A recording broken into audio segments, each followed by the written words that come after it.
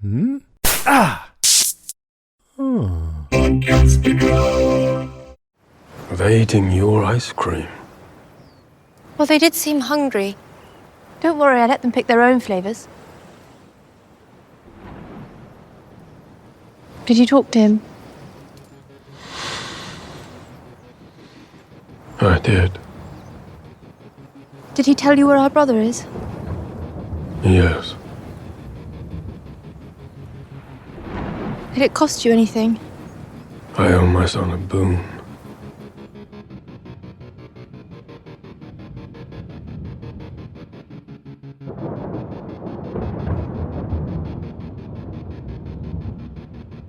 Hey, panelers and Podcastica listeners, welcome to the show. I'm Jayme. And I'm Mark. And this is a spoiler-full podcast about Sandman Season 2, Episodes 5 and 6. This is a collaborative podcast along with Podcastica Network, so this podcast will be available for both Panels to Pixels and Podcastica, wherever you listen to your podcast. That was a lot of P's in a row. Yeah, I know. All right. This episode of the podcast, we're covering Sandman Season 2, Episodes 5 and 6. So Episode 5 is entitled Song of Orpheus. And the synopsis for this particular episode is: to honor a promise to one sibling, Morpheus must shatter a vow to another. In ancient Greece, a wedding night tragedy turns a son against his father. And with Sandman Season 2, Episode 6, it's entitled Family Blood. And that synopsis is: Morpheus enlists an expert in the occult to smuggle a deeply personal relic out of Paris and help him and Delirium find the answers they seek. I mean, it's not untrue, but... It is not untrue. These are directly from Netflix. That's the whole thing. Well, I mean... I like to take everything directly from the source. So when I do Disney Plus stuff for like Ironheart and all the Disney, the DC, Marvel, the MCU Marvel stuff that's on Disney Plus, that they do stuff, I like to keep it so that it's original. Usually they're short, they're sweet, and kind of vague. Which makes sense, because you don't want somebody reading it and knowing exactly what happens. Yeah. But with both of these episodes, they do coincide and they work along with each other. It's like I looked at it when I watched these two episodes initially for the first time together, and then I watched it again just shortly before we came on. It felt right in a sense that it was like almost a full circle for the story for both episodes, in my opinion. So it kind of worked out, the fact that we're doing these two episodes together. Yeah, these two episodes go really well together. Like, it's hard to separate them apart. Like, they could be one movie together. Yeah. And to keep you listeners notified, yes, this is a spoiler-full podcast. So if you have not watched the episodes in any way, please stop the podcast, come back, and then listen to us after you've watched it. If you feel the need, like me, and like that punishment of listening to other people talk about it and being spoiled, stay with us and listen and have fun, and then look for things that we talk about, because I like doing that at times. And it's like, oh, well, I kind of differ on my opinion as I'm watching it. And I usually do that I'll say it out loud or whatever, who was around me, and they're like, what are you talking about? And then I just have a good time with it. A lot of people like the ideas of not being spoiled, and I understand that completely. But some other people find comfort in knowing what's going to happen next. Same here. Yeah, because you want to know what you're going to get into. And I've done that with other films that I've gone to see in the theaters, because I've seen spoiler stuff on it. And it's like, oh, the movie already came out. I missed it. But what were their takes? And it's like, oh, this is spoilerful. I was like, okay, well, this is their ideas and their thoughts. And then I come out going, you know what? That's their thoughts. I came in either in between or better from it, or maybe the opposite, and saying, yeah, that was total trash. And I've had that, moment every once in a while. And honestly, we all have our opinions and we're all allowed it. And keep in mind, these are our opinions. You don't have to agree with us. You could tell us in feedback saying, no, I don't agree with both of you. It sucked, or I didn't like where the episode or the story went. But with that, we're going to move forward into it. Discussion of season 5. What did you think as a whole, though, Jayme, of season 5? Well, we haven't finished season. Not episode season 5? Episode 5. Sorry. My brain is scatterbrained. So I understand completely. I thought episode 5 was really good. We got closure on the previous episode. Yes, it was beautiful, and then we learned a whole lot of new stuff about Morpheus / Dream. Yeah. I found it interesting and intriguing because throughout these 2 episodes combined, we got to learn a lot more about Morpheus. But I honestly feel that I saw that we've seen him grow a bit. Yes, we've seen him. That comes into play. That's discussed more, I think, in episode 6 when he's talking with his brother. Yeah, but we see him going through the emotional changes. Yeah, and we get that's to not see something you get to see out of Dream at all, really. Yeah, we get to see who he was back in the ancient Grecian time compared to who he is now. Yeah. I have some notes. It starts off literally with him talking to Lucian about destruction, and in Dream stating that he really does not know his brother or who destruction is. And I think this is kind of his journey into learning who his brother is, because later on by episode 6, we do find out who he is, why he is, and what he was and why he was hiding. And with this, the funeral with Dream. But I mean, even before we get to the funeral, okay, like when he looks back at destruction leaving, yes, and they're talking about the atom bomb, that gave me chills. Yeah, he knew where everything was going, and he didn't want to be that person. Yeah, or being, I should say. Yeah, that person, because he didn't want to be the one responsible for humanity's destruction. Yeah, he showed that he had a conscience and a feeling for people, which is very much human based.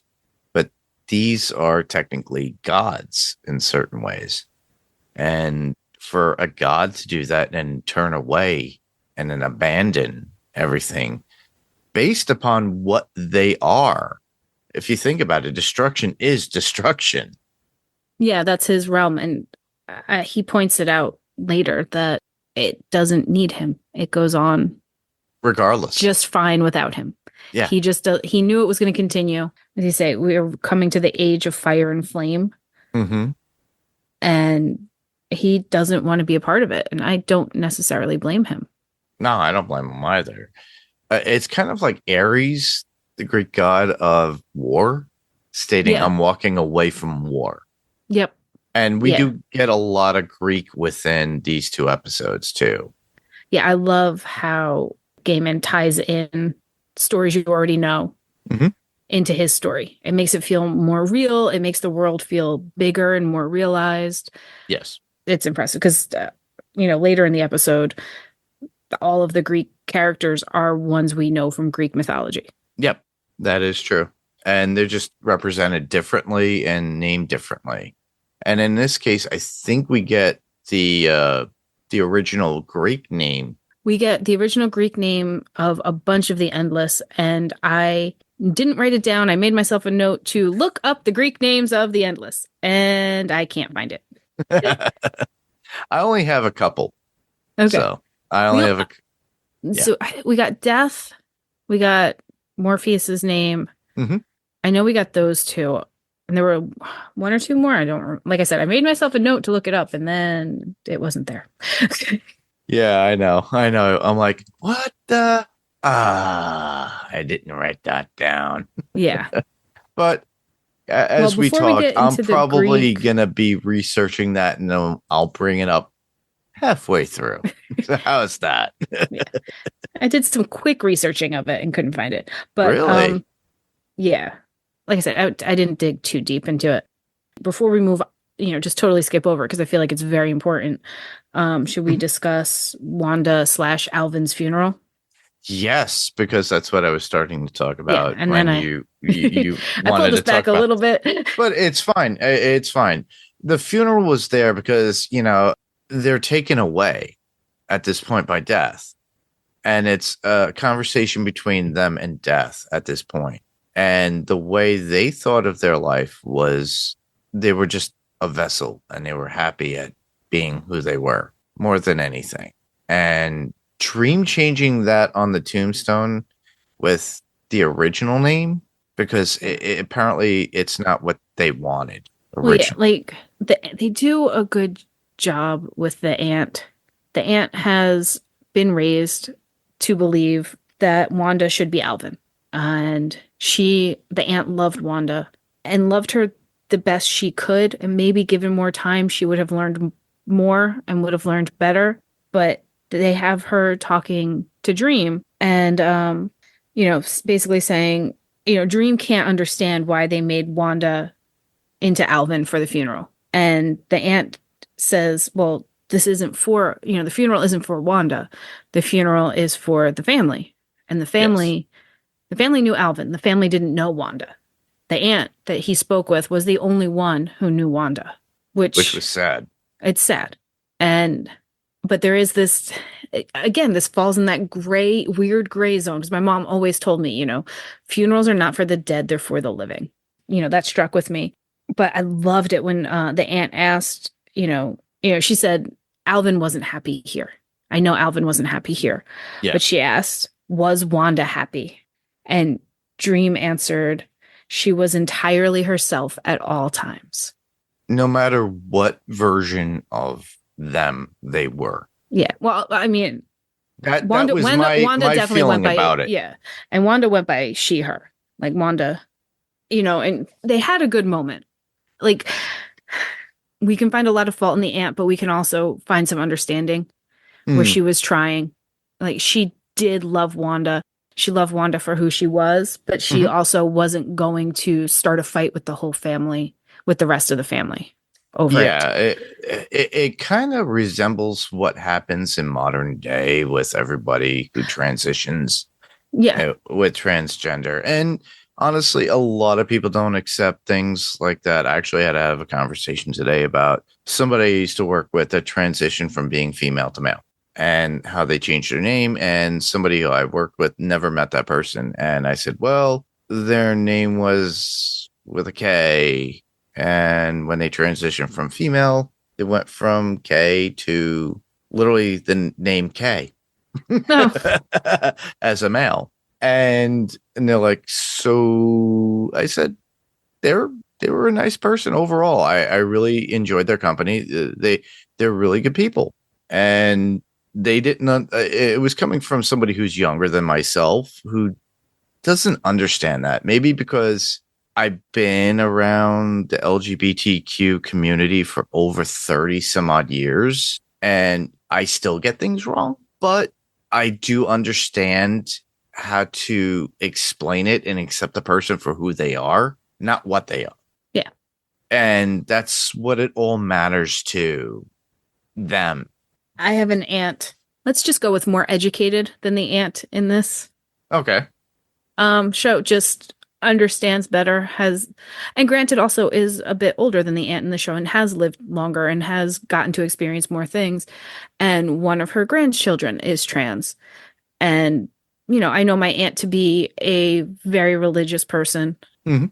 And, I asked her, I was like, how are you feeling about all of that? She's like, I've lost enough babies and grandbabies, like through accidents, miscarriages, that kind of stuff. Yeah. She's like, I just want them to be happy. I don't care how it is. And Yes. I love them no matter what. And I just want them to be happy. That's all that matters. The grandparents on the other side are not as understanding. Yeah. So and my aunt was like, I just can't understand how you would cut your grandchild out of your life for something that doesn't really change them. Like, she's like, my grandchild is my grandchild, and I love them no matter what, and I've always said it, and I mean it. And so that, I think if Wanda had more time to speak with her aunt and show her aunt more things, I think her aunt would have been a little different at this time. Yeah. But I think her intentions were good. I don't hold any ill will against the aunt. Maybe Same the here. parents, parents Yeah, might have yeah. been, parents were problematic, but we didn't talk to them. Like, I like how they dealt with this, that we just talked to the aunt. Yeah, you got that side of the story at least. But then the aunt suggests that Dream hang in the back. Oh yeah. And not. You disturb people, sir. Like, well, just you're a part of that other world. Like, yes, I'm glad you're here, knew. but don't remind the other people. Exactly. Which is, and then when Death comes in, and Death is like, it's not right. What they're doing to Wanda is not right. You're absolutely right. Mm-hmm. And then they have the whole discussion about, he feels so bad that she's dead because of him. Mm-hmm. And she's like, I can't bring her back. That's just not how this works. Like, yeah. And this, which unfolds into the story that we do get the nitty gritty, that Dream is more or less more involved with. And before we even get into that, we get all this weird stuff coming out from Delirium. Yeah. So after Dream changes the headstone, and he leaves the book. I thought that was sweet. Yeah, that was sweet. Now, I liked that because in the comic, it's just somebody uses lipstick and writes Wanda across the Alvin. Oh, really? Okay. Yeah, cool. But I like this permanent change to Wanda. The actual gravestone itself. Yeah, I thought that was really, that was good taste. Yeah. But after we change the headstone, we go into Delirium's world. And that was like, Dream is like, hey, she locked her world in, like I can't get in. And Death is like, brother. And just basically like picks up a rock and throws it, and it, reality crashes and we end up in Delirium, which I thought was like just a cool metaphor, like how thin the veil is. And, Delirium is still like borderline mental illness, or showing kind of mental illness sometimes. Schizophrenic, if you think about it. Well, I mean, maybe. I'm not as well versed in that stuff as I should be. But just like the imagery of how thin the veil is between quote unquote reality and mental illness. Yeah. I thought that was just really cool. Yeah, it is. And he didn't know how to break that veil. That's the whole thing. And Death goes, brother, geez, I'll just toss it your way.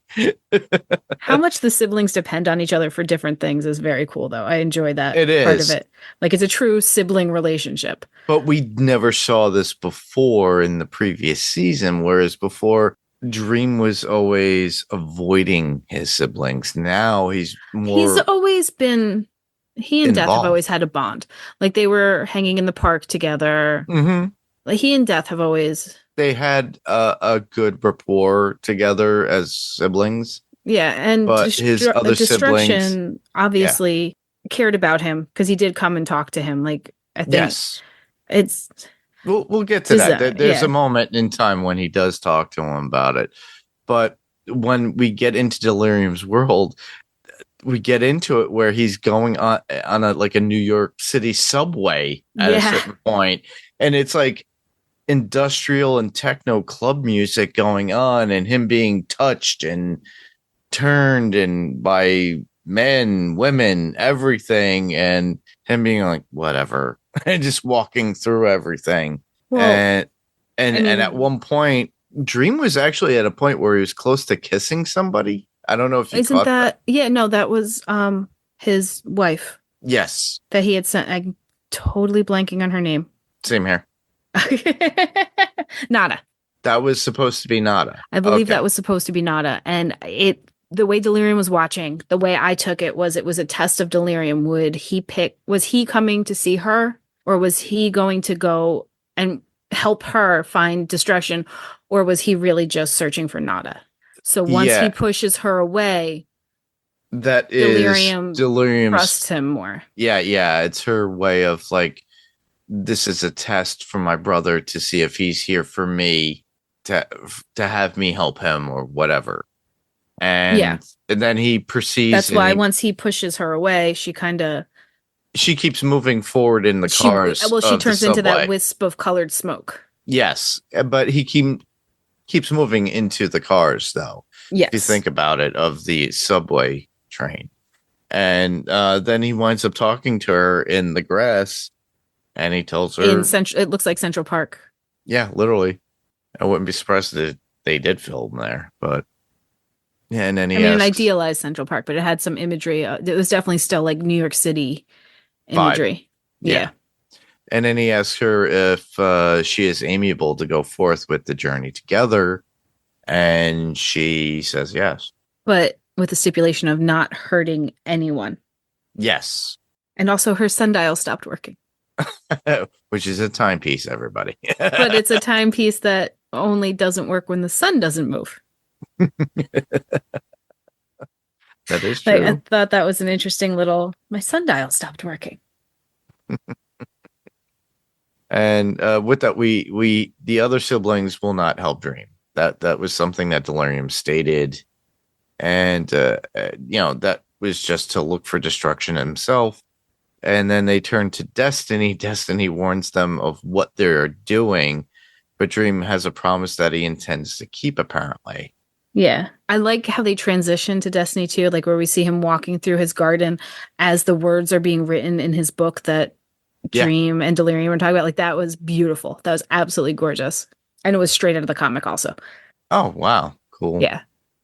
I just love Destruction telling the stories to his dog who could speak.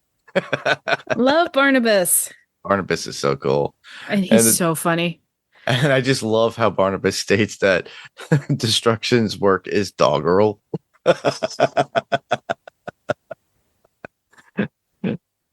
But, then Destruction winds up telling Barnabas about how his family is. Like, he just warns of them to him. Yeah, like, he had the one line, like, I don't dream. It wouldn't do to give too much away. Yeah, I know. So he's got to stay away from his brother. Yeah. He's too powerful with that, with his dreams. Yeah, he can be found by his brother. Yep. And I love how Destiny actually states to Dream that he needs an oracle. Yeah. And I mean, we see Destiny's realm, which is cool. So we've seen dreaming. Mm-hmm. A lot of dreaming. Correct. We've seen desire influencing the waking world. Yes. And we've seen a little bit of despair's world. Like a bit. Yeah, a little bit. So, and now we've seen Destiny's and Delirium, which is really cool. Mm-hmm. Like we're like watching it expand, seeing where they live. It's just and I love the druidish feeling of Destiny's realm, like with the garden and the castle, like the rock castle that's kind of falling but not quite, and it just feels very druid. And plus, especially with him with his cloak. Yeah, like it all fits. He looks like a Roman druid. Yep. Literally, and the Roman ruins behind him, and the greenery and everything else. Yeah, that's what I got out of it. Yeah, me too. I thought it was meant cool. To be more godlike, in a sense, almost similar to the Greek gods. And mind you, listeners, I do have a little bit idea and names for these Greek names that they give the Endless. So I looked it up, and it says in Neil Gaiman's The Sandman, the Endless each have Greek names reflecting their nature. So Destiny is Patmos, Death is Talut. Yeah, that one gets mentioned several times. Dream is Onirius. Destruction is Alethros. Desire is Epithumia. Despair is Aponoia. Aponoia, maybe? I should have called my friend Dula had her pronounce these things for me. And Delirium is Mania. So that's what I was able to get out of that. But we will be getting more of this as we go more into the episode, because a lot of Greek feeling is found within these two episodes. So, yeah. And with that, the Oracle apparently is part of the family, and it apparently is Dream's son, where it kind of segues into a wedding. Yes, 1700 BC Greece. Yes. And now Dream knows what he has to do. Everything seems to lead to his own child, his son. And his son is named Orpheus. Yep. And it's his wedding day. And I found it odd. Destiny would not state anything to him once the family was there, to Orpheus. Because Orpheus kept asking questions about his future and everything. And Destiny was resident about that. I am Destiny. I do not wish. I know what will happen and what must happen. Yeah. But Death was there for the wedding and stayed. Well, everybody else left. All the other Endless had left at that point, except for Morpheus. Yeah. So we have the Endless giving Orpheus their nephew/son, depending on who you're talking to, their well wishes. Was it Delirium says many marriages end in misery. Oh, happy. I just wrote down Deliriums and Destructions, which I also are Destinies. And I mean, the story of Orpheus that we get here is almost word for word the Greek myth, minus it's perfect. It's a tragic love story. He's a musician and poet. And yes, he does marry Eurydice. But so we see, the Endless wishing their nephew well. Then the actual Greek wedding happens, and then the rest of the family leaves except Death and Dream. Yeah, but did you notice how they were all dressed? The Endless, they were dressed. They look so good. It's like, even what was it? Was it Despair? Oh, forgetting. Oh, Desire. You know how Desire is always so. They looked amazing. They look great, amazing in their tunics and gowns and everything. It was amazing. I was like, oh my god, they look great. Yeah, fancy wedding clothes. Yeah, for that time too. Yeah, I loved I was like, oh, the whole family's at the wedding and looking awesome. It was my actual notes. But Orpheus on his wedding night finds out what Destiny was. And we knew, you kind of felt it was going to happen. If you didn't know the Greek myth, it is a very, very heavy-handed foreshadowing where Morpheus says to Death, the others left, and she said, yes, they had things to do. And she said, why are you here? Well, basically, he's like, well, I'm glad you stayed or whatever. And she's like, I also have things to do, which means somebody's about to die. Correct. And we know it's not going to be Orpheus, a minor character. We don't know, if you don't know the myth or you haven't read the comic or whatever, but it is a very, very heavy-handed foreshadowing that Death is hanging out for a specific reason. Yeah. And then we see the lovebirds go off to dance in the moonlight to the bride's demise. Yeah. She's bitten by a snake. Yes. Deadly snake bite. And she dies. And then we get the whole Morpheus talking to his son, which didn't do well. He is not a good dad. He doesn't know how to talk to his own son. Yeah, he's just very cold. Yeah. And he's almost as factual and unfeeling as Destiny. Correct. And he wasn't at a time where he can actually explain to him what has happened. So I think that all narrows down to Morpheus experiencing life for himself and love. And he hasn't experienced it yet to some degree. He's created a son. He has created a son, but that he doesn't had mean previously anything. Had a wife. Yes. And then created a son with this other. But it seems with these gods or these Endless, they don't grow effectively emotionally fast enough. Mentally. They're around for a very long time. They don't have to And- do it in 70 years. Correct. So it's like you're playing catch up at this point, decades and centuries later at a certain point. So he wasn't he wasn't there to explain everything that had happened, why it happened.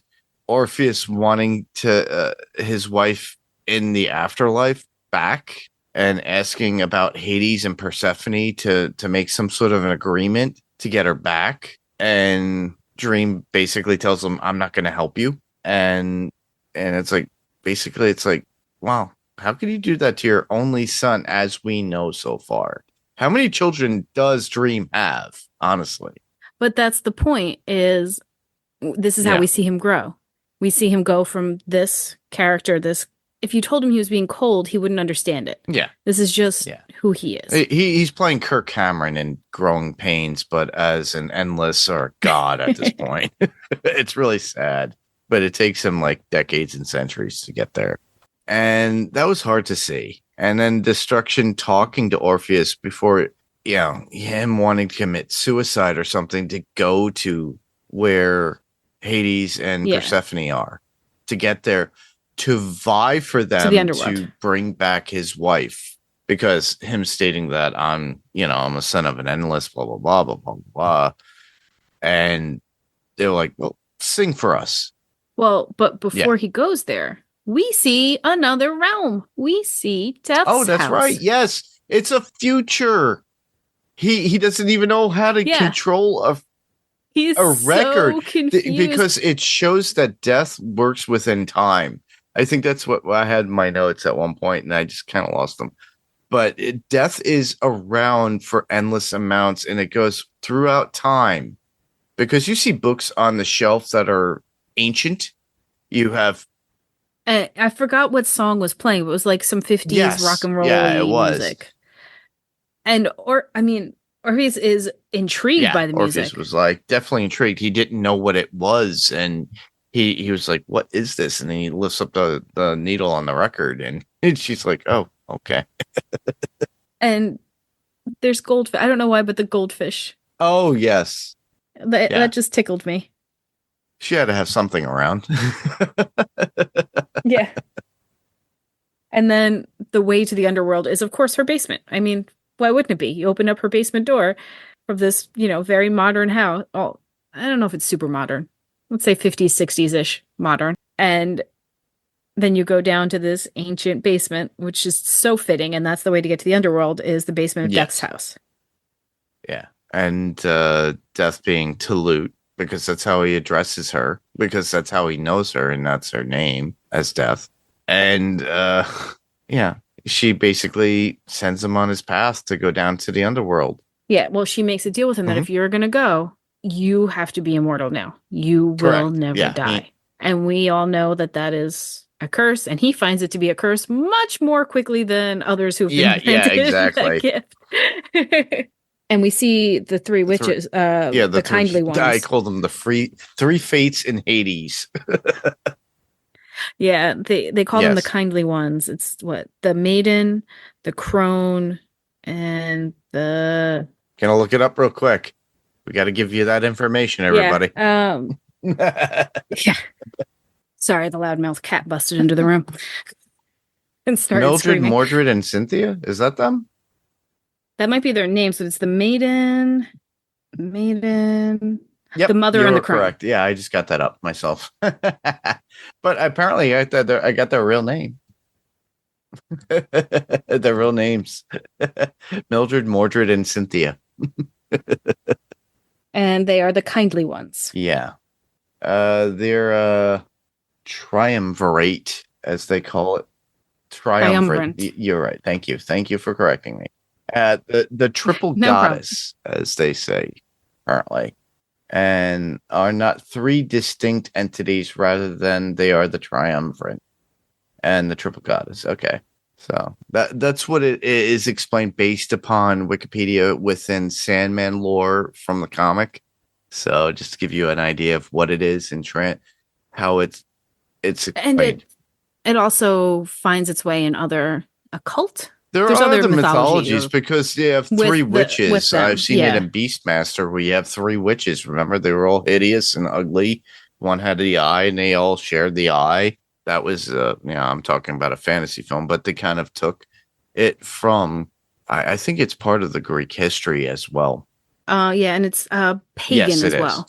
But yeah, he shows up, and then out of the blue, after he does meet the Fates, or as I call them, He goes he gets past past them. them, and then he's looking for Hades himself, and there they are. They're huge. Yeah, Hades and Queen Persephone, like it, the underworld, the river Styx, it was Amazing gorgeous. to look at it.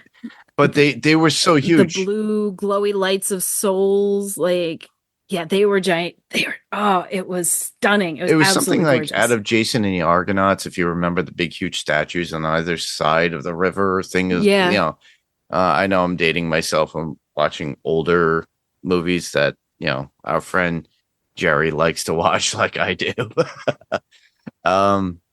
But we covered that on Adrenaline Cinema podcast. But the thing is it's so amazing to see in this visage because, the CGI in this was done very well. The backgrounds are amazing. And they're talking down to Orpheus at this point.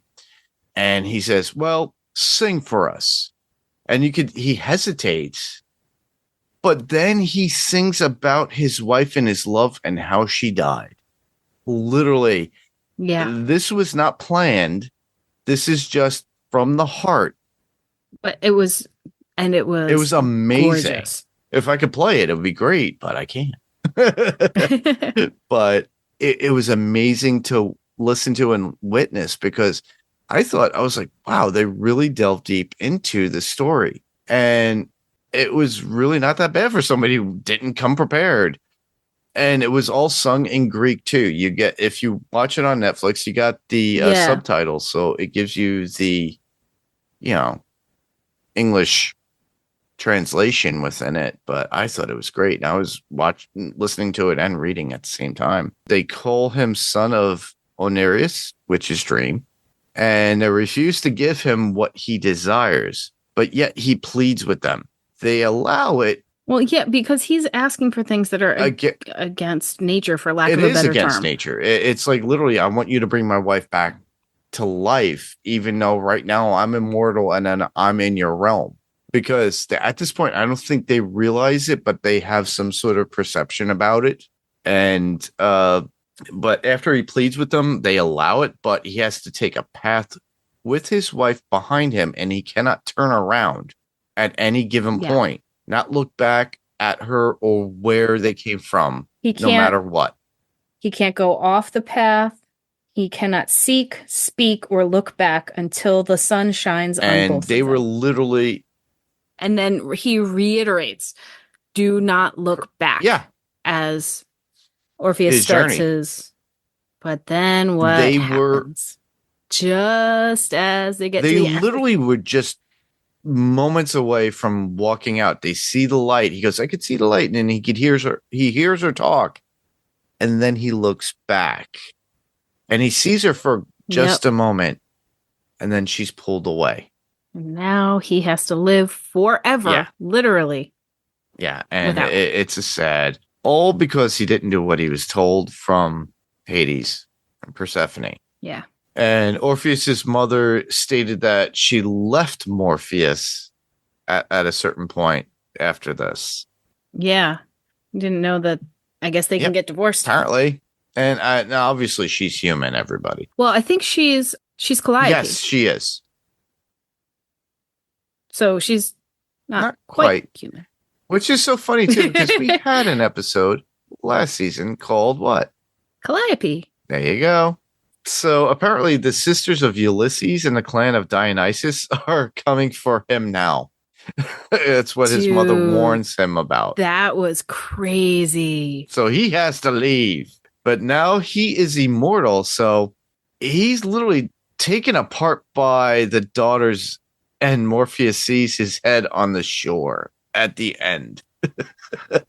The rage killing happened against him multiple women coming after him. Oh, that was terrifying and awesome and gory and yeah.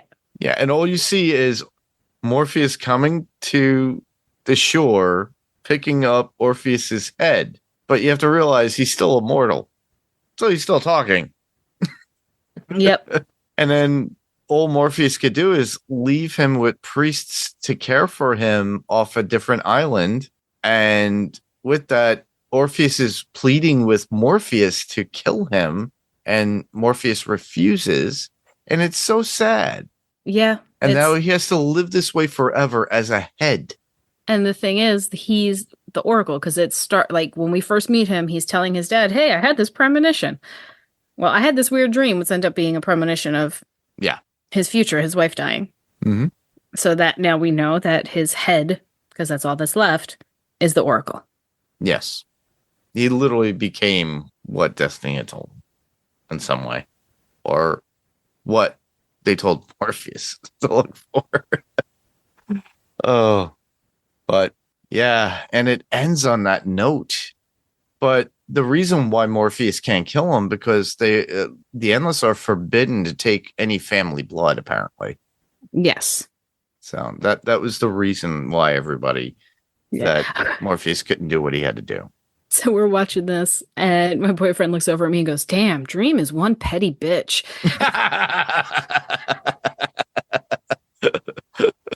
Tony knows how to break it down. Yeah. The only thing I have in my notes is the needle drop that we do get within this particular episode. And that is on the subway scene with Dream as he walks through all the whole debauchery following Delirium. And the song is entitled Say It by Madeux. Madeux. So if you guys want to check that out, look it up. You can find it on YouTube or probably whatever is found on Spotify, because I'm pretty sure there's a Sandman Spotify playlist somewhere. I'm sure there is. And I have one note. Yep. That we didn't discuss, and that is Delirium was once Delight. She wasn't always Delirium. Correct. Yeah. That's interesting. Because she's so peppy, though. If you think about it, she still has that pepness, even as Delirium. Yeah, but she wasn't always this way. Yeah. I'm she curious. Was once Delight, so we've got to what happened. Yeah, I'm curious. We still got till the end of the season, everybody. And keep in mind, new episodes have dropped, everybody, as we're trying to follow up and finish off where we left off. And we'll be continuing this 2 episodes at a time. So keep up with us if you can. But I only have a couple of quotes from this particular episode. Do you have any, Jayme? Yes. The very beginning of the episode, Dream is talking to Lucienne and about destruction, and he says, "I think he tried to tell me once, but I did not listen, nor did I hear." And that right there shows how much progress he has made, because the dream of whenever destruction left would not have admitted to that. His ignorance. Yeah. Yeah. Or his failing, or his not doing the right thing. And I love that. Like, I did not listen, nor did I hear. Because there is a difference between hearing and listening. And I thought that was really good. Yeah.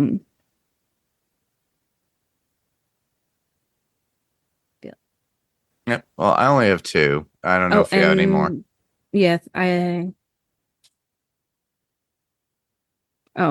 don't know how much when Delirium puts her makes herself more quote unquote normal and puts her eyes, one color. I don't know how much more I can be like this. It hurts very muchly. Interesting. Like, it hurts her to try and be normal. And then Dream of the past would have been like, well, if you want me to hang out with you, you got to be normal. But this Dream was like, well, then stop. Don't do it on my account. Like, I love you for who you are. Be yourself. Like, I thought, like, there's just so many signs of how much he's grown and changed. It's really, and it's well done because it's just like little details sprinkled in instead of like, huge things. It's really cool. That's cool. What do I have here? I have two quotes. One's from Dream to Orpheus about his dream, Orpheus's dream, and Dream stating, "Am I a hedge wizard that I should decipher your dreams for you? Dreams are composed of many things: images, hopes, fears, memories of the past and the future. Dreams are subject to interpretation." Now, it sounds like Dream was trying to be a psychologist or a therapist at this point, which makes me laugh. Lastly, would be Destiny to Morpheus and Delirium, saying, "For those that seek destruction will surely find it." Meaning that eventually they will find destruction. That's about it. That's what I got. All right. All right, let's move on to episode 6, Family Blood. Ooh. That sounds ominous. Yeah, right. And we start out with Joanna Constantine. Or Constantine. Yeah, which we haven't seen for a very, very long time. Episode 1, season 1. Hmm. Did we see her past that? Did she make it to episode 2? I think so. But at the very beginning of season 1. Yeah, I remember that. Um, We did see her a couple of times. I know that.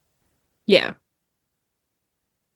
But like once I saw her, I was like, oh yeah, she's got powers. Maybe she could kill Orpheus. Because Yeah. Dream says, like, if I have to ask something of my son, I have to give him a boon. And the only thing he wants in this world is to not be part of it anymore. Correct. So give somebody else the burden of dealing with someone's son, literally. So that was my thought. Didn't turn out that way, but that was my thought. Yeah. I love how he still asks if she thinks that he's still a demon.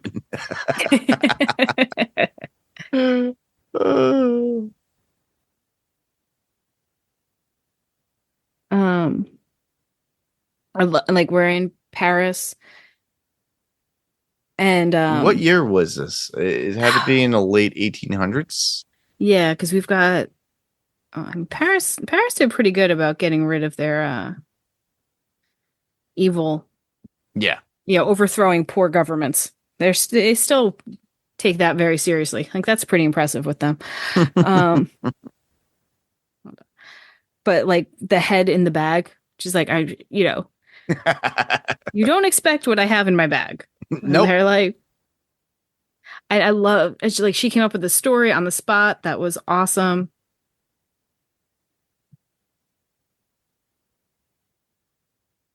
Yeah, I just found it funny how they wind up taking her in though, and to prove everything. Where is it? Oh yeah. There was a couple of scenes with Morpheus and talking to Constantine about his son that I really did enjoy. She telling him what he had already heard before about wanting to die from Morpheus. And she says he's more alive than anyone she ever met. Yes. And he literally offered to sing for her, which he did not. But Morpheus was concerned and wanted to hear his son singing at some point. He was like, "My son sang for you? You didn't do that for me." Yeah, I like they have like the surprise on his face was so interesting though. Yeah. Sturge was really perfect on it and executing that look of like, what? Yeah, and I liked how much like Orpheus gets a friend. We seem like he hasn't had one. Yeah. And he sees that in Joanna Constantine, or Constantine. The way they pronounce it is so funny. But I like how we got a little bit of explanation where, when they cut the ear off to get the earring. Yes. And he's like, she's like, I'm sorry about your earring. And he's like, it'll come back to me. It'll bring him nothing but sadness and misery. And it'll make its way back to me. It always does. He's like, this is not the first time it's been stolen. Yeah. Because he knows his father. At this point, he's been around for thousands of years. And then she asks if the ear will grow back. And he's like, no, otherwise I would have had a body again by now. But we get a little bit of explanation in a quick, funny way. Yeah, that makes perfect sense. It's not being hit over the head with it, but it's a little, just you're really immortal. Good way to build the world. Yeah. Yeah. Like you're immortal, but your body is what it is. Yeah, and it's like not an immortal from Highlander, everybody, where there can be only one and you chop the head off and they're done. No, his head still lives on. Unfortunately, he's like Headpool from Deadpool. Like just the head talking. Just the head. Yeah. And the body is nowhere to be found because either A, the women consumed and ate it, or they buried it somewhere where it cannot come together again. Because you would have to think if all the parts were able to come back together, maybe they could form a human again.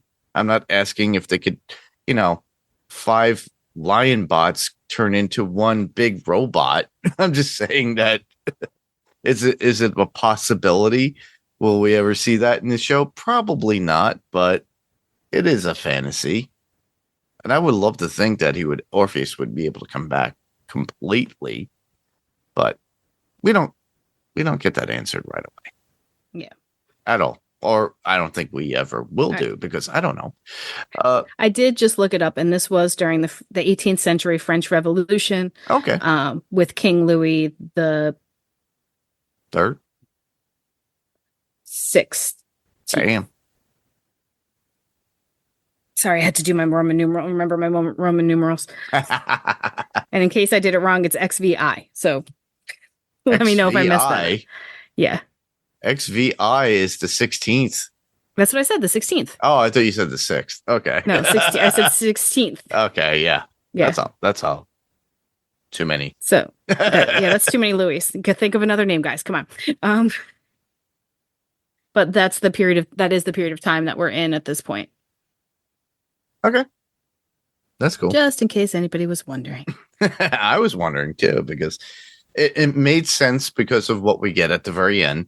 Yeah, it looked like the time period. I just wanted to triple check. It looked like that because what we get at a gravesite, but we won't get into that until later. Yeah. But my concern was within this this part of it, Morpheus has long hair during that time in the 1800s. He has always styled himself for the time period. And is he moving through time is my question. He's endless. He is time. Okay. All right. So he's at the big, he's being fashionable, everybody. So he's growing his hair and getting the right garb on. I mean, he has the ability to make himself look like whatever he wants, whatever would fit. That is true because he did that with Nada. He projected himself as a black man. With the cats, he projects himself as a cat. Correct. And you see, it's done a lot more in the comic where people talking to him are seeing what they want to see. Yeah, not the pale emo guy that we see, but some projection that makes sense to them. Yeah, exactly. So just, being in with the times totally fits the character. And we saw it when he went back to hang with Shakespeare. He was wearing period costumes. And when he goes back, whenever we see him go back, he wears period costumes and hair. Like he's always done that. Yep. I would like to be very happy that we did not have smell-o-vision for this episode because that pile of rotting heads must have stunk to high heaven. Yeah, Constantine having to wait through all the sea of heads to get to Orpheus for Robespierre. and then picking up Orpheus and telling him to sing. And then he sang of freedom, and it was so powerful that the dead joined him to sing it. And I thought that was really cool. Yeah. That like his power of song was awesome. Yeah, I really did enjoy that. There were Me certain too. moments between both episodes that I truly enjoyed. This was one of them. Yeah, I completely agree. And then she Man. was able to get Orpheus back to the island that Morpheus Mm-hmm. pointed out, which was dedicated to. And he was already comfortable with it. You know, Orpheus was like very comfortable with the idea. It was pretty much where he was born. There was already a kinship with the people that were there, and a mutual respect and possible affection between all of them. And I thought it was definitely a sweet moment. Yeah, and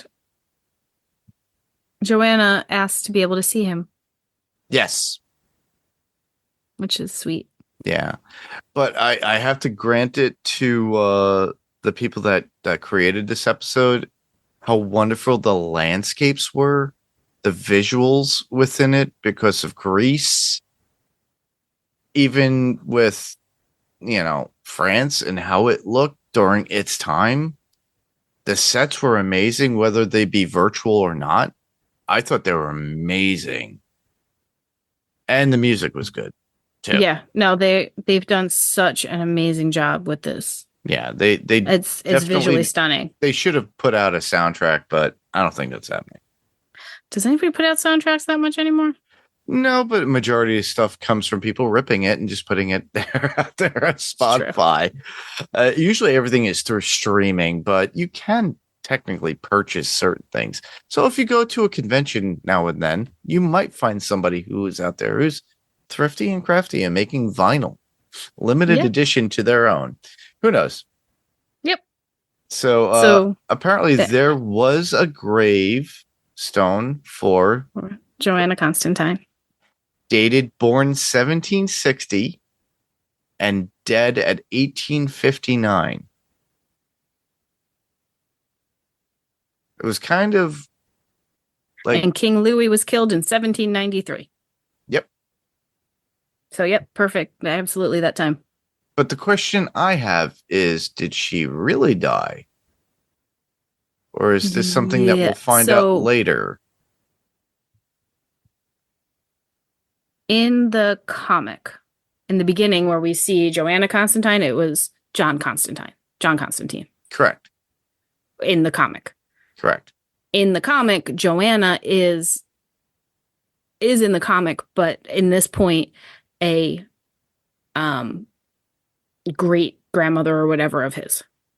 So So they're yes, probably she is. reversing this. So yeah, so the one we saw before is a descendant of the one we saw currently. So the Joanna that we see later on, later assuming- on season 1, Yeah, if we think about it, yeah, listeners, you have to go back in time to season 1 when we first met Joanna Constantine. I believe that's supposed to be a It was- descendant. It was supposed to be a descendant of Joanna Constantine. Yeah, and a descendant of John Constantine as well. So I wouldn't put it past if we were able to get a season 3, Which we're not. which we're not, but you could always read everybody. Yeah, they're packing a lot into this season because they know it's ending. Well, So they didn't yeah. know at the time when they finished filming it. But so now we're back to modern day on Orpheus's island. yep.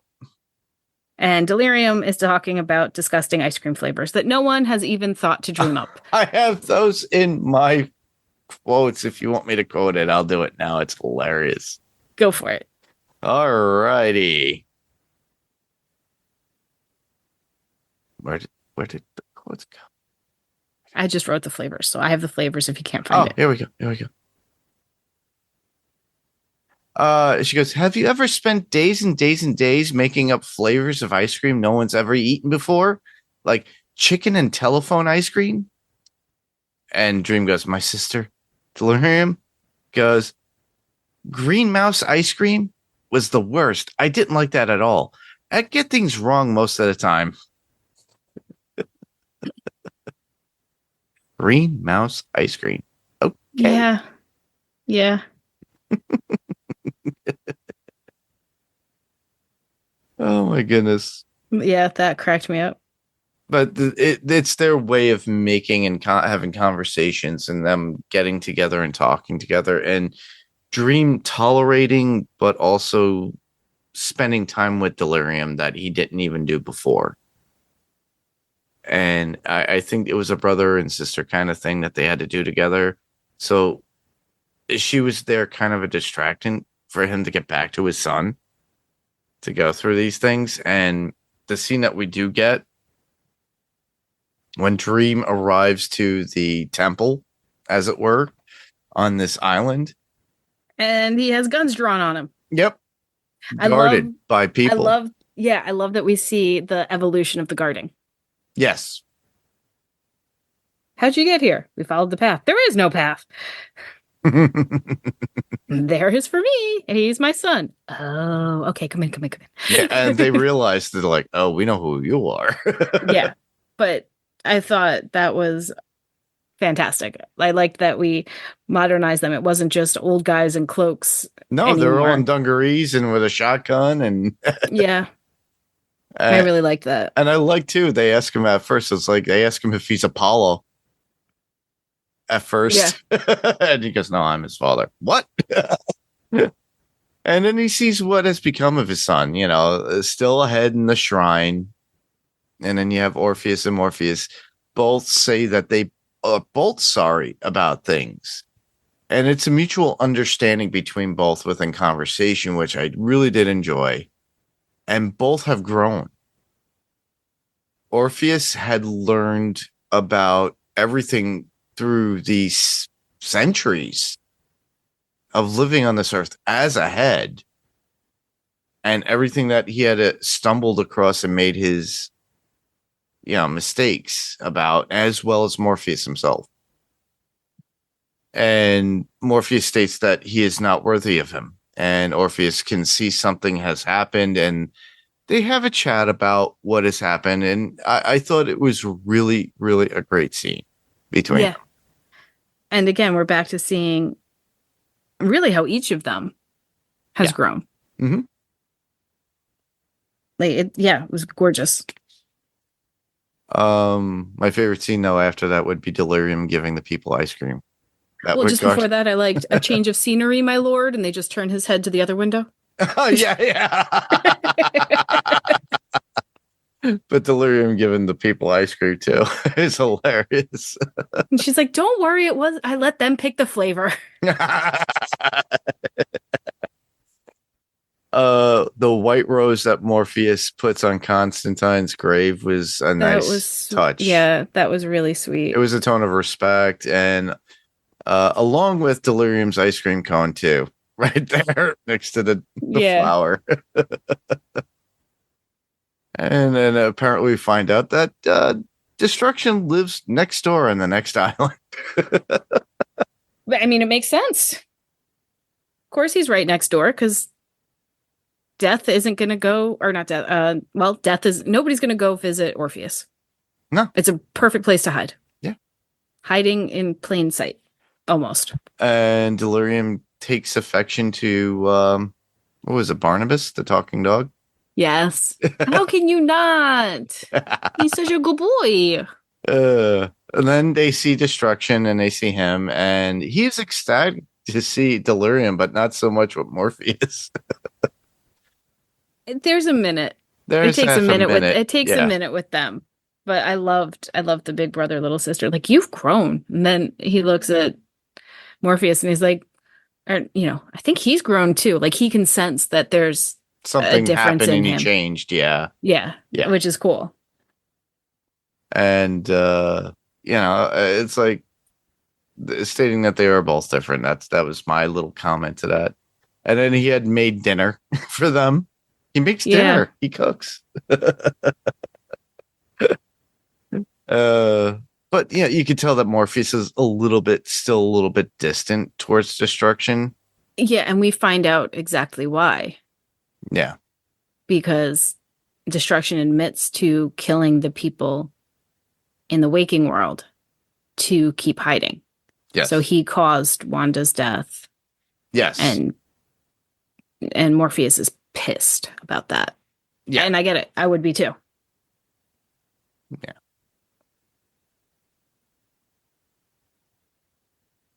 But after that whole conversation, they come to a realization, and then Destruction leaves at the end. For leaves the planet, leaves. Yeah. Yeah, but And they mention other worlds, so he might be in another world. But he is gone. Like, we're not finding him again. yeah. But he leaves Barnabas with delirium. Now she has a doggy. She doesn't have to talk to herself all the time. And then Morpheus And he states says, that yeah, he was like- scared to live in the world without a son, though. That was a realization to him. Then that was a Yeah. wrong aspect. Yeah, something else. Well, he at one point he says, "I suspect you have grown more than you know." Hmm. Yeah, well, like I said, these two episodes shown the growth of several characters, not just Morpheus and Delirium, but also Destruction And Orpheus. and Orpheus as well.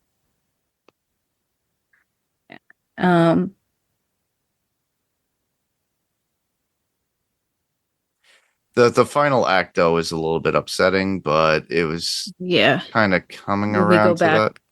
When we go back to Orpheus's temple, and the way they shot it, I don't know if you picked up on this, but the camera angle was crooked, Mm-hmm. which they do to make you unsettled. Correct.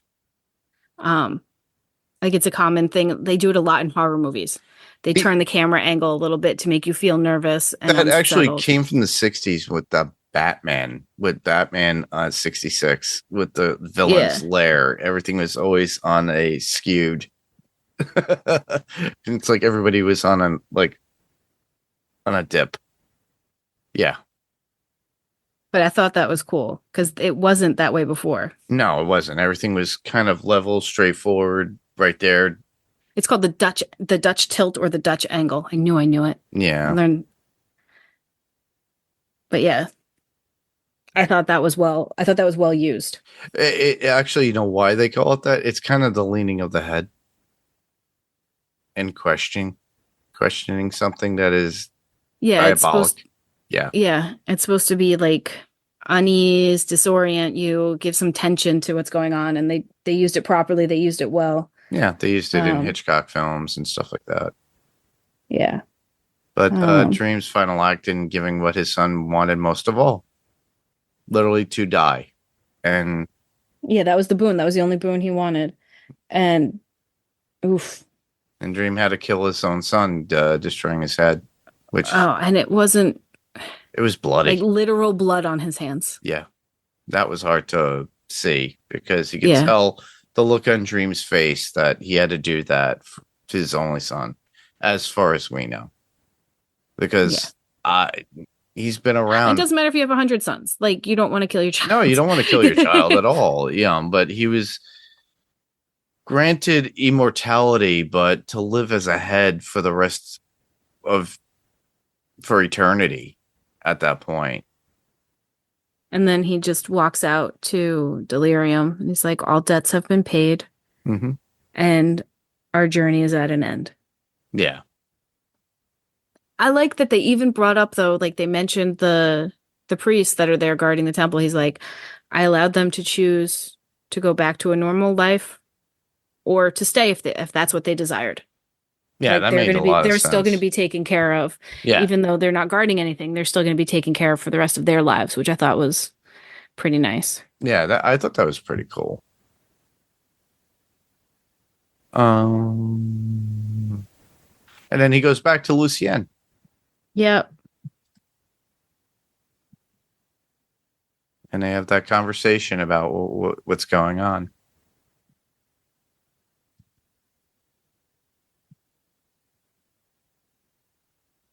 And he's struggling to get the blood off his hands.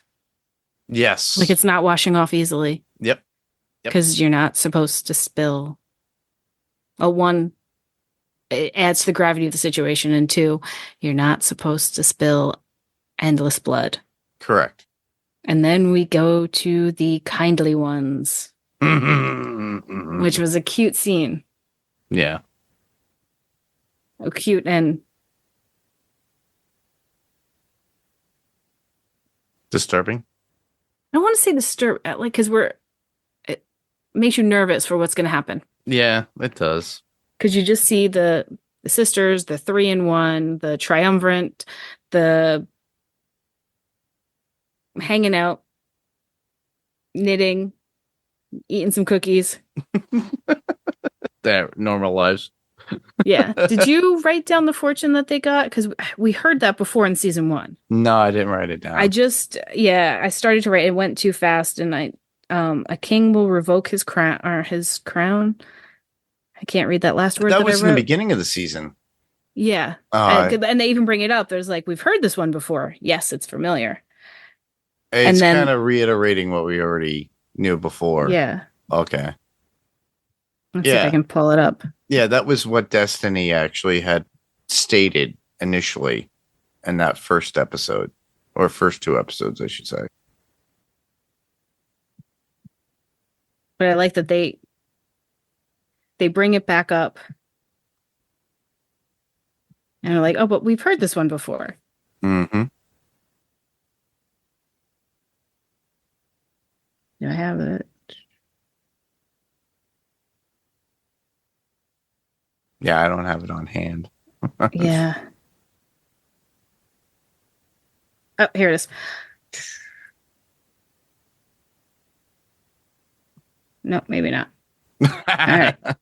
Thought I had it. I don't. Anyway. We tried. Yep. At the end of the episode, just rewind, fast forward, or watch the episode again. They'll play it for you. But basically, it hints that Dream's life might be coming to an end. Yes. And to just beat that point, but in a beautiful way. Mm-hmm.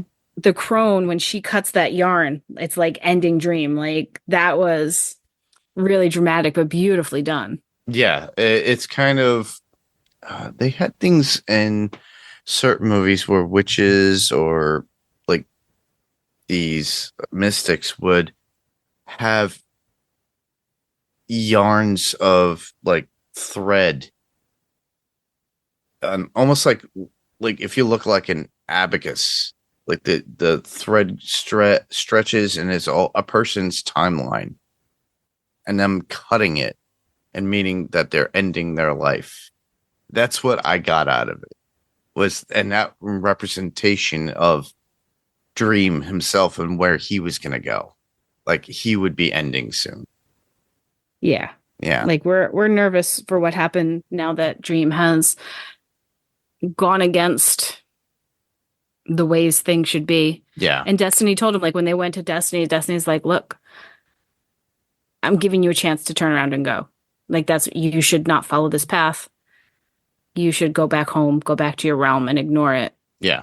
And leave, or it will be your end. And Dream chooses not to listen. All right.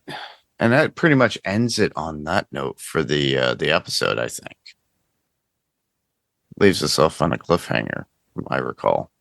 Yes. And had we been doing these the time that they were released, there would have been a break, like I think a 4-week break between when this episode aired and the next drop of episodes. And now the next drop has dropped.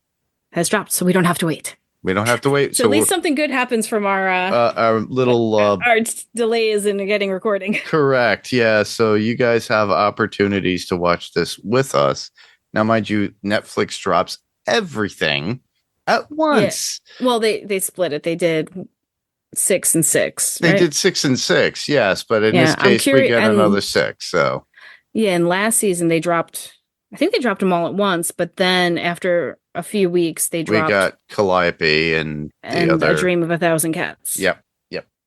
And then with this, it worked out for us. But we are going to continue because even though you have all 6 episodes now of the new drop, Jayme and I are going to be covering 2 episodes at a time. So keep in mind when we put out the next episode, and we're going to try to do this weekly and get it out to you. We're going to try to make this a Tuesday night recording session as we planned and not let anything get in the way. So Mark will have to do his homework, due diligence on the weekend, and then be prepared. Jayme will too. Matter what, and we will record and hopefully get it to you no later than Thursday. Editing is pretty much simple for me. I've got it and narrowed it down. Both notes for the podcast notes for Podcastica as well as for Panels to Pixels podcast. And most likely I'll have it dropped on Panels first. But always, if you're a Podcastica listener, go listen to Jason's feeds as well. We'll get into it later on how you could actually contact us. So we'll get into did we kind of jumped a little. Do we have any more notes about this episode, or I only have one quote left, and that's it. No notes. I have one quote left too. What is it?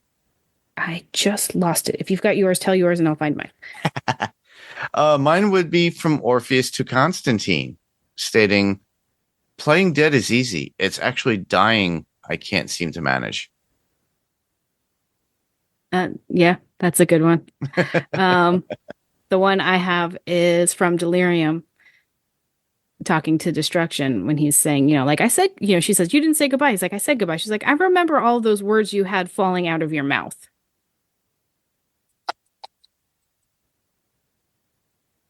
She's like, "You said stuff. I just didn't listen to it. It just fell out." Like, I feel like that's something my 5-year-old would say. Probably, yeah, I could see that. Yeah. I'll also be like, "Mom, really?" Yeah, they don't fall out. Teeth fall out when you're young, or when you get extremely old. Yeah. But yeah, Tooth Fairy gets $5 a tooth these days. Oof. Damn. Yep. Wow. Yep. Damn. Now, if they still continue to make dollar coins, you could do that, and that way she could save them. No, we like to go to Five Below with our $5. And then mommy gets to pay the tax. Awesome. All right. All right. Well, I think we covered the 2 episodes for Sandman season 2. I agree. For episodes 5 and 6. I do have a little bit of interesting news or note about this particular series finale. So apparently Robert Pattinson, his Batman, almost made a small cameo in the Sandman series finale, apparently. And that was through Film Buzzer that I read this. Apparently, because as we all know, and those comic book readers, Sandman initially started on DC. Yep.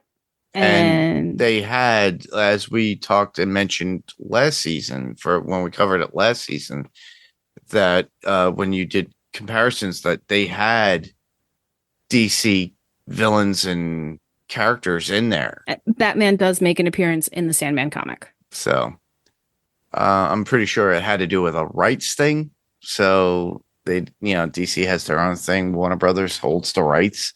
So it would have been a hard stretch because they would have to pay a lot of money. Yeah. And there's nothing so dramatic that in the comic that Batman needed to be brought to the screen in this, but it would have been cool. A nice little nod to the comic readers, or a nice little Easter egg for other people.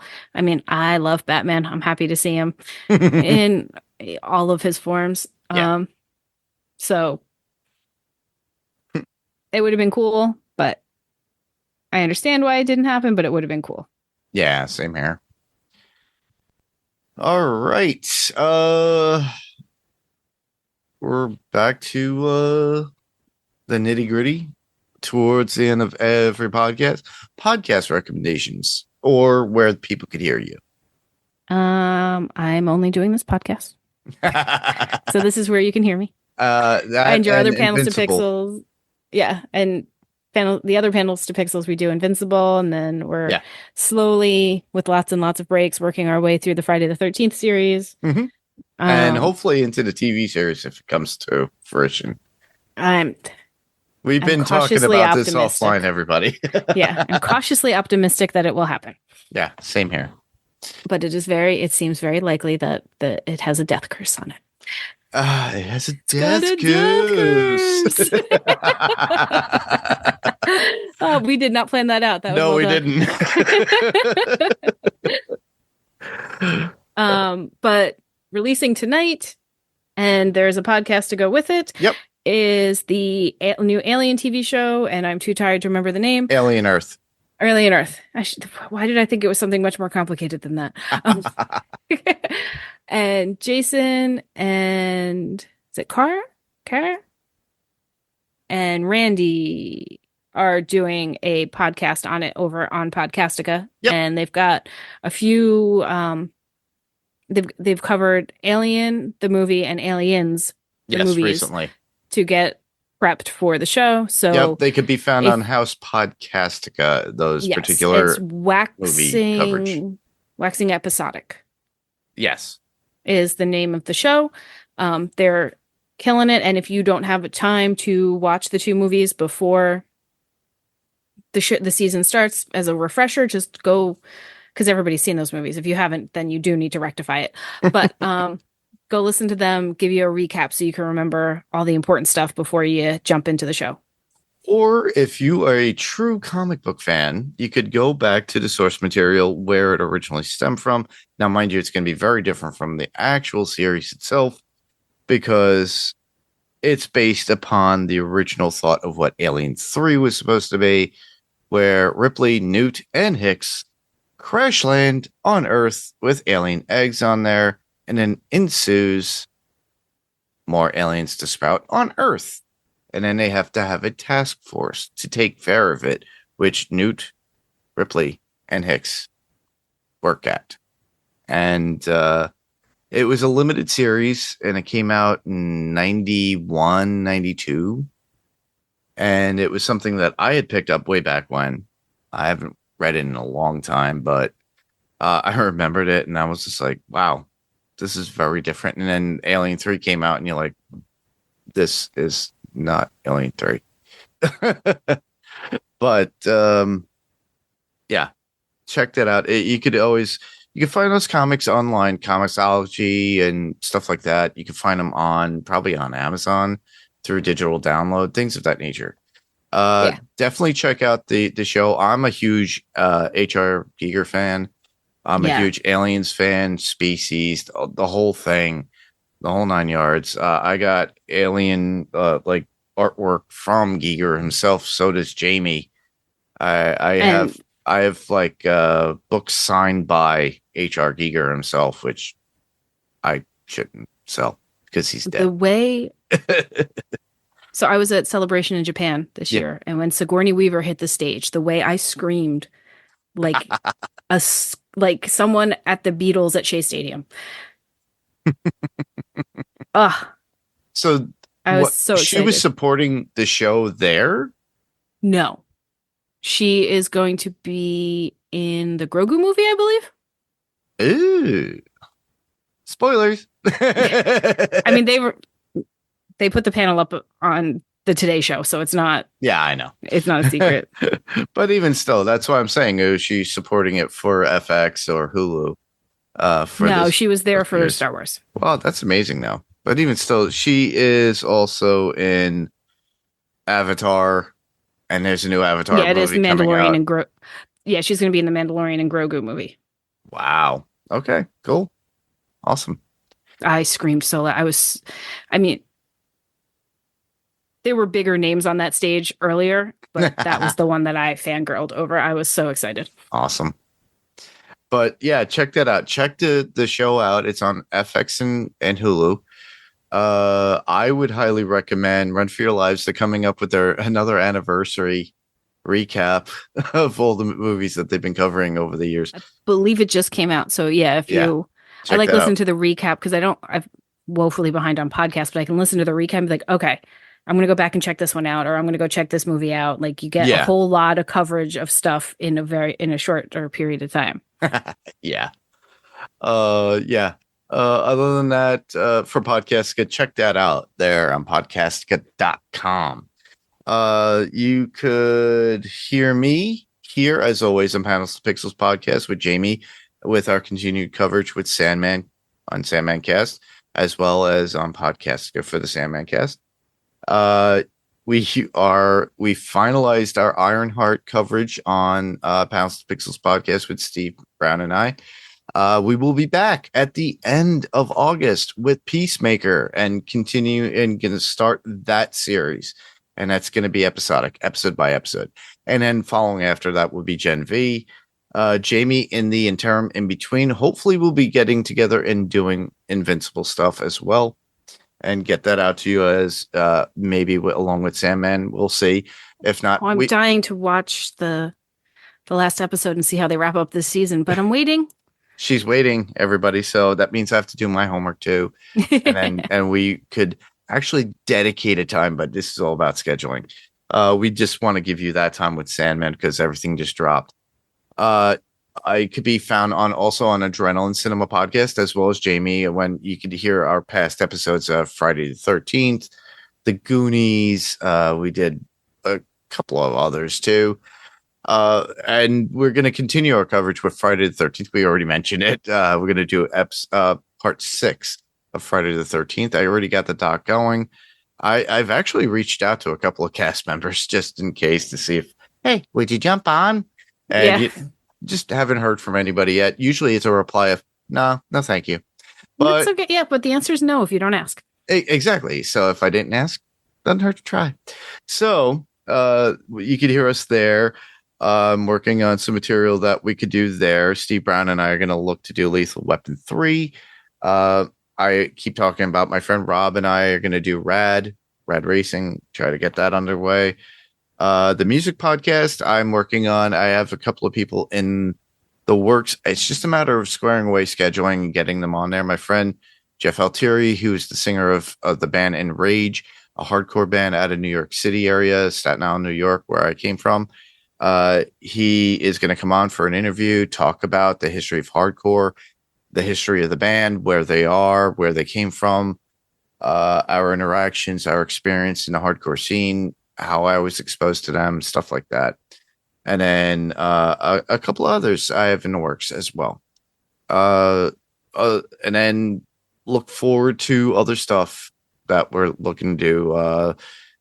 Frank, Rob, Moda, and Adam Gonzalez and myself are looking to do a comparison podcast about Superman, the Superman movies, the new Superman compared to all the previous iterations that came out over the past years. And we were also looking to do a couple others. I kind of fueled their fire from the guys from Fantasy Picks Movie Edition, so we might get them more on the podcast, whether on Adrenaline Cinema Podcast or Pounds to Pixels. But I'm starting them off with Superman. We might do an overall thought because Fantastic Four is out. It's been out for to see that a while, but we want to give our own proper review of it ourselves and our overall thought. Some of you might not like what Rob has to say at times, but I might be siding with him on this one. I'm not saying I didn't like the movie. I did. I just have certain things that I would like to discuss. And therein, when you hear the podcast when it comes out, you'll know why. Anyhow, that you could find out just by looking for Panels to Pixels podcast, Adrenaline Cinema podcast, or the Pirate Core Entertainment podcast on your players of choice, Spotify, Apple Podcasts. And then just look for those other episodes. Other than that, that's about it. The only feedback we got, well, I have to do this because I haven't done any feedback in a long while for all the podcasts. And we got some feedback from our friend Jayme, Maria Granada. Oh, I didn't see that. Yay. Okay, so she goes, "Hi, Mark.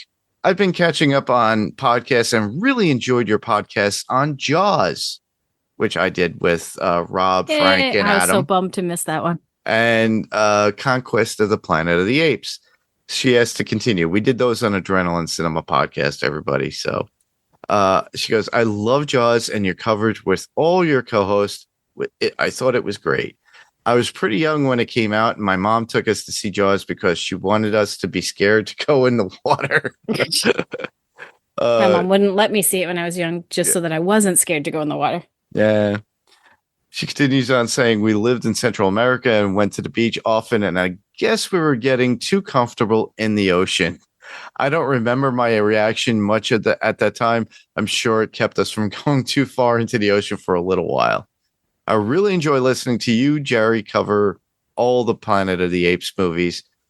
Trust me, Maria, we're going to continue more. It's just a matter of me, Jerry, getting back on board again. This one I have not seen in a long time. I love Roddy McDowell as both Cornelius and Caesar. I've seen some of it, the newer ones. I do like the James Franco one that started the second trilogy. I agree that I thought that was a good start off to it. I have not seen the latest ones, but the originals are awesome. There was also a TV series at some point too that we do talk about, Jerry and I. Thank you, Maria, for bringing that up. And she continues on and leaves off at saying, "I'm definitely going to rewatch them soon and listen to the podcast again." So thank you, Maria Granada, for Maria. giving that. She is a fellow Zedhead. So those of you that are not part of Jason Gabassi's Patreon should do so. And that's you could find on podcastica.com, because there's actually a link for Patreon to join. And it doesn't take that much, man. All you have to do is pay a few dollars and you'll be able to listen to,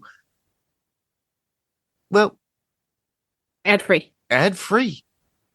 Yeah, podcasts, rather than listening to Spotify and having all these ads, or, Apple Podcasts or whatever, and get flooded with that. It's nonstop.